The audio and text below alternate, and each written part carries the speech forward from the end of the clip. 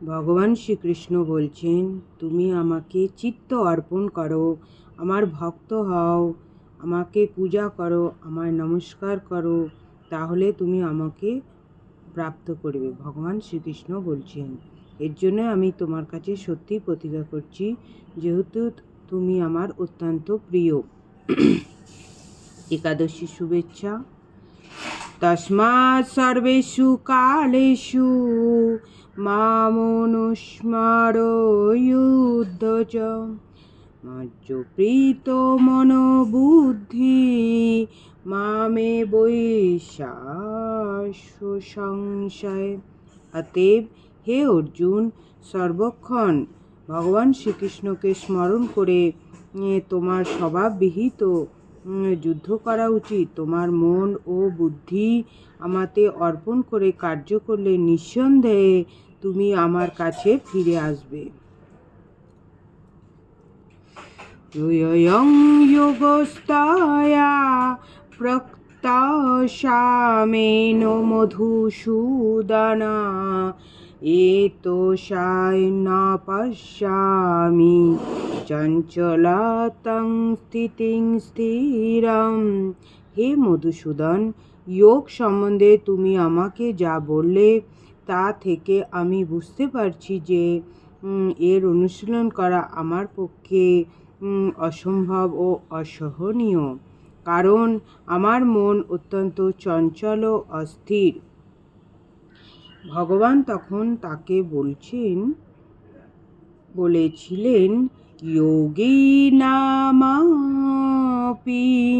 সর্বেষাং মদ্গতেরা আত্মনা শ্রদ্ধাবান ভজতে ইয়ো মাং সময়ুক্ততমো মতঃ। যোগীদের মধ্যে যে গভীর শ্রদ্ধা সহকারে মদগত চিত্তে নিজের অন্তর আত্মায় আমাকে চিন্তা করে এবং আমার অপ্রাকৃত সেবায় নিয়োজিত থেকে যে যোগ সাধনায় অন্তরঙ্গভাবে আমার সঙ্গে যুক্ত, এবং সেই হচ্ছে যোগী শ্রেষ্ঠ, এবং সেটি আমার অভিমত।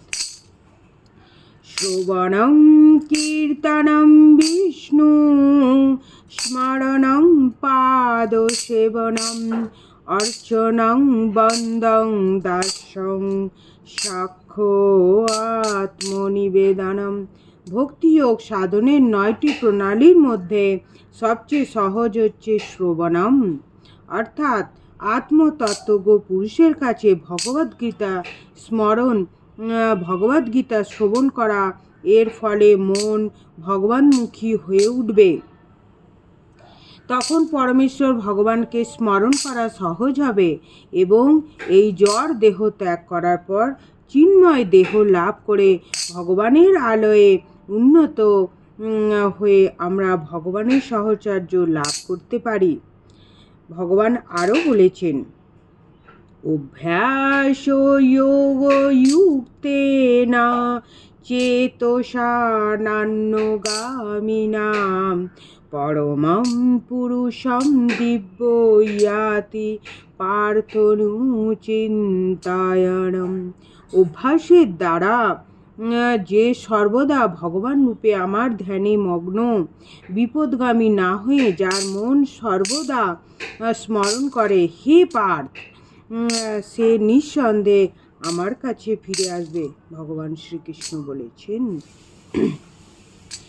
মাং হি পার্থ ব্যপ্রসীতো ইয়োপি স পাপয়োনায় স্ত্রিয় বৈশ্যস্ততা শূদ্র এপি ইয়ান্তি পরাং গতিম কিং পূর্ণ ব্রাহ্মণ পূর্ণ ভক্তা রাজসূয়স্তথা অনিত্যং সুখম লোকমিমং প্রাপ্য ভজস্ব মাম।